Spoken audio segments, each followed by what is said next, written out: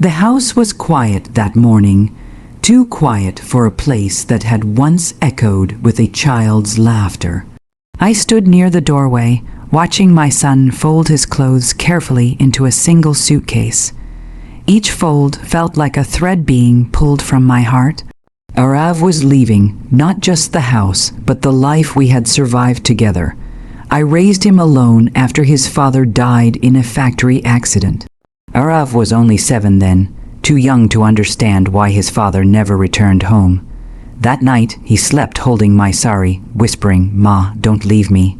I promised him I never would. And I kept that promise through hunger, exhaustion, and silent tears.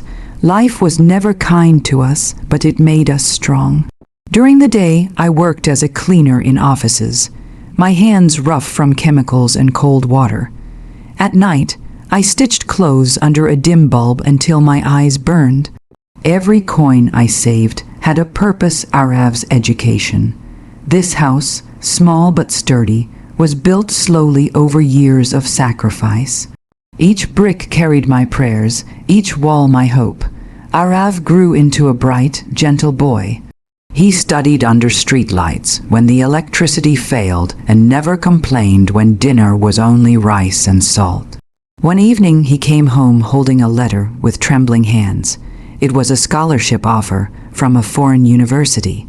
His eyes shone with excitement and fear. "Ma, they want me to go abroad," he said softly. My heart skipped. Pride rushed in, followed immediately by fear. Abroad meant distance. Distance meant loneliness. But how could I cage a dream I had helped build?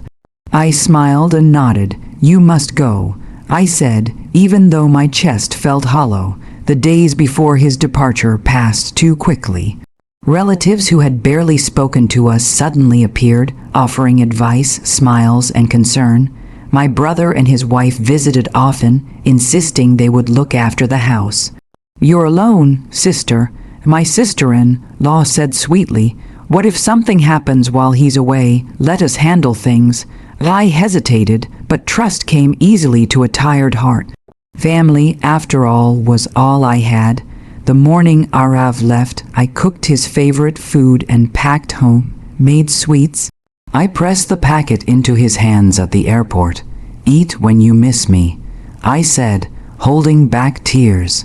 He hugged me tightly. "I'll come back soon, Ma. I'll make everything better. This house will become a palace." I laughed softly, hiding the ache inside me. "Just come back safe." As I watched him walk away, a strange heaviness settled in my chest. I didn't know why tears refused to stop. I told myself it was only a mother's fear. I didn't know that with my son's departure, something far more precious than his presence was about to be taken from me. And I had no idea that the house I built with love would soon forget who its real owner was. At first, life without Arav moved slowly, like a clock with tired hands. His room remained untouched. I dusted his books every morning, folded his blanket every night, and spoke to his photograph when loneliness became unbearable. His phone calls were my only strength. "Ma, are you eating properly?" he asked. "Yes," I lied gently. "The house feels empty, but I'm managing." I never told him how silence screamed at me after sunset. My brother and his wife began visiting more often. They brought groceries, paid a few bills, and spoke kindly in front of others. I felt relieved. Maybe trusting them wasn't a mistake. Maybe family really did protect you when the world turned cold. But slowly, things changed. One afternoon, my sister-in-law placed a bundle of papers in front of me. "These are house-related documents," she said casually, "just signatures for safety." My eyesight was weak and my hands trembled. I asked questions, but she laughed. "Why worry so much? Don't you trust us?" Trust, that word again. I signed. A month later, a lawyer's notice arrived.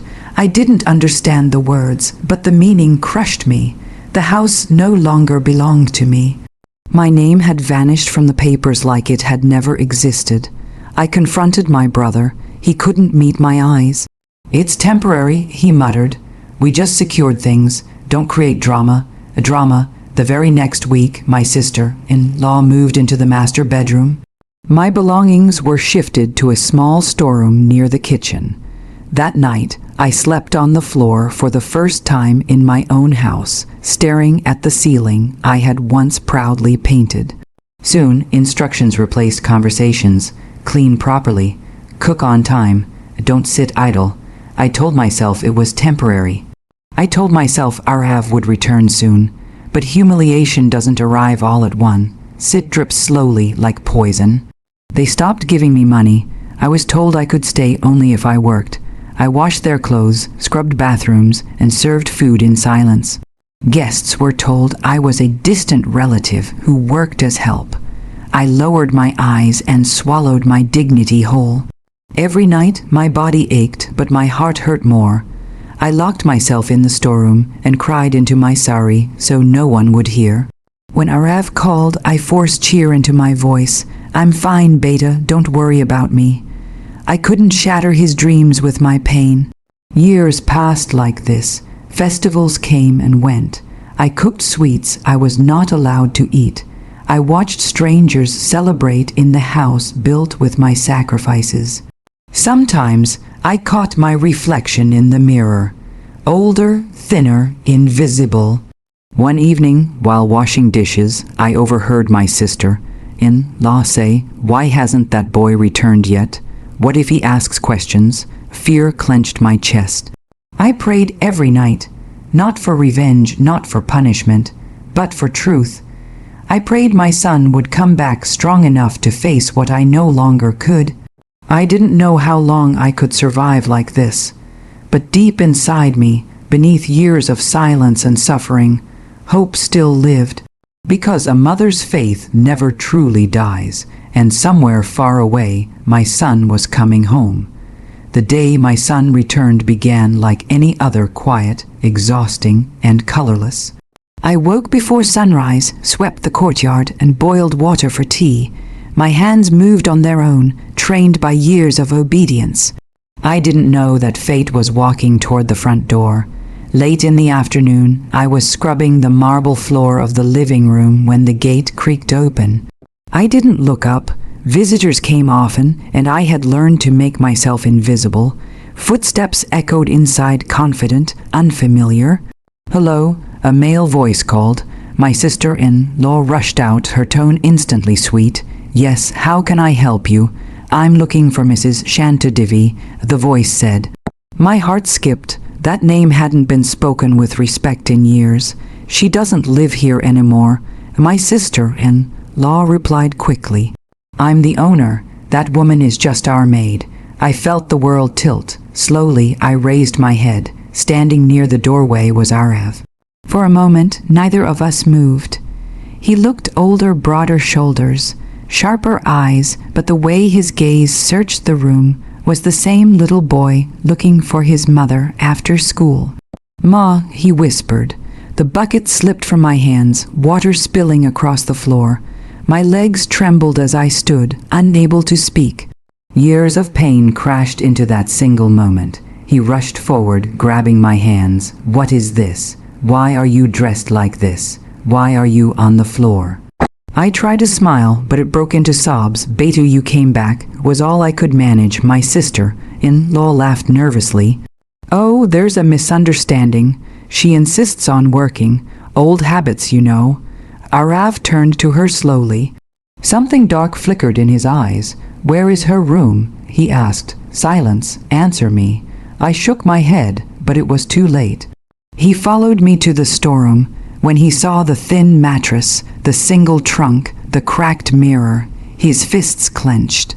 "You lived here?" His voice shook. "For how long?" "Don't be angry," I whispered. "I didn't want to disturb you." That was when he broke. He knelt in front of me, holding my feet, tears soaking the floor. "I left you to build a future," he cried. "And you were being destroyed here." I tried to lift him. "Stand up, my son." He stood, wiped his face, and walked back into the living room like a storm. "Show me the documents," he said calmly. My brother stammered excuses. Papers were brought out. Arav read silently. With each page, his jaw tightened. "These signatures are forged," he said finally. "This house was built by my mother. You were gone for 5 years, and my sister-in-law snapped." "What proof do you have?" Arav smiled coldly. "Enough." That night he didn't sleep. He sat beside me, listening to every truth I had hidden. For the first time, I didn't lie. When dawn arrived, so did resolve. My son had returned, and he wasn't the helpless boy who left. The morning after Arav's return was quiet, but heavy with anticipation.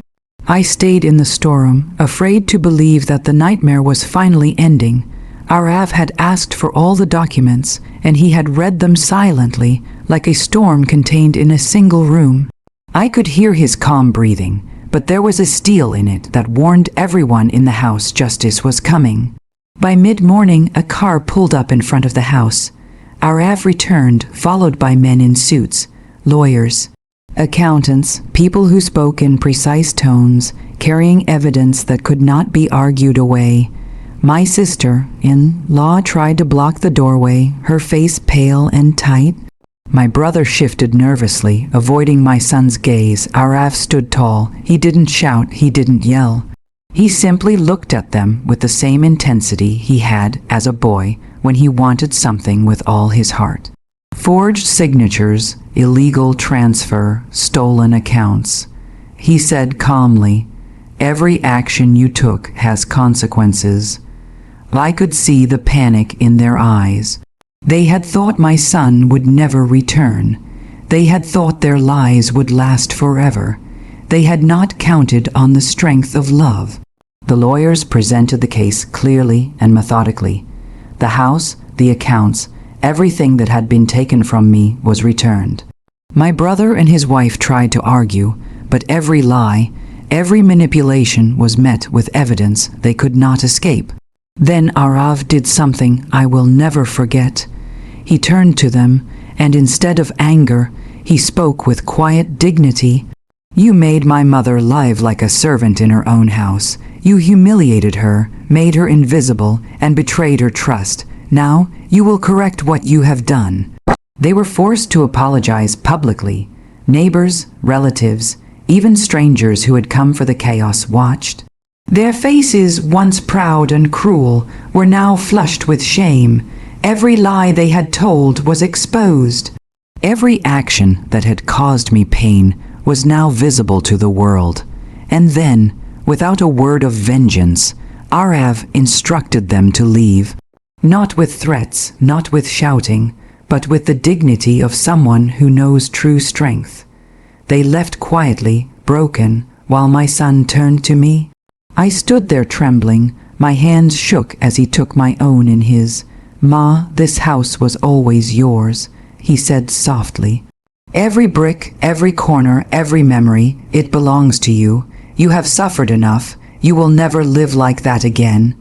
Tears streamed down my face, but this time they were not tears of pain.